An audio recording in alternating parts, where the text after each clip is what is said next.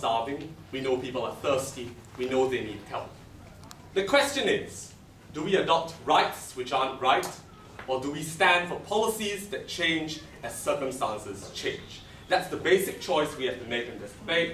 And I want to take you through the world of the side of proposition.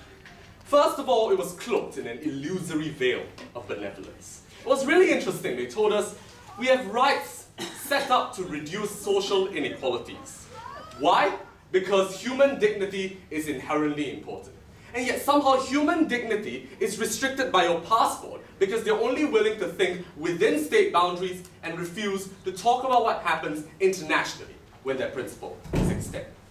They believe that the social contract is about an arrangement between the majority of citizens and the state, but then by the time their third speaker comes up, he somehow says, oh, democracy isn't about the majority, the minority is just as important. That doesn't square with basic principles in any democracy anyway.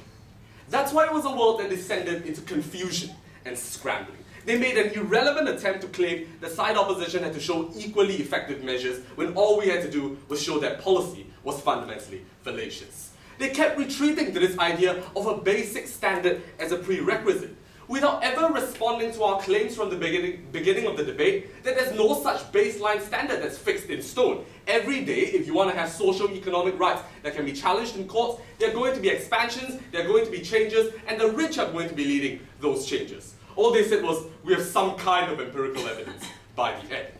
And that's why it really fell into collapse and chaos on side proposition. They told us corporations are really bad because they're earning lots of profit and we want to take it away because the system is allowing them to oppress the minorities. It sounded communist, and yet somehow they claimed it wasn't. And that's why they decided not to talk about socio-economic rights by the end. Their final point to us was about voting away political rights, which was frankly ridiculous and out of the debate. But most problematically, they want to support socio-economic rights in places where the minority is most neglected and not cared for by the rest of society. And yet somehow they still claim the majority will change and society will be all the better for minorities. That was the basic paradox they set up for themselves from the beginning. It was a conflict that was never resolved. What do we present on side opposition? A far more reasonable and realistic world. A world which demonstrated that socio-economic policies can and have already worked in Asian tigers like Singapore and South Korea, with long-term policies that may involve short-term sacrifices like with Margaret Thatcher, a point they never responded to by the end of the debate. We didn't want court battles when the focus should be on helping people deal with manifest injustices today within a legislature that represents the majority will. And that's why it was also a world that was caring and concerned, because it was willing to respect democracy all the time, rather than when it was just politically easy for them to shy away from it.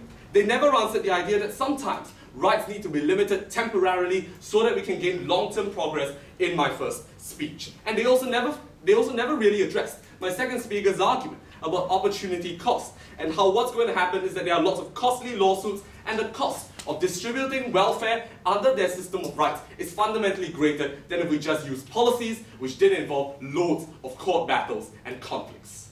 Where do we stand by the end of the debate? In contrast to a proposition which was somewhat noble but ultimately morally questionable, we stood for truth, we stood for people being helped today rather than just being told, you've got some rights, you can be helped. Shakespeare was right when he said, words are no deeds.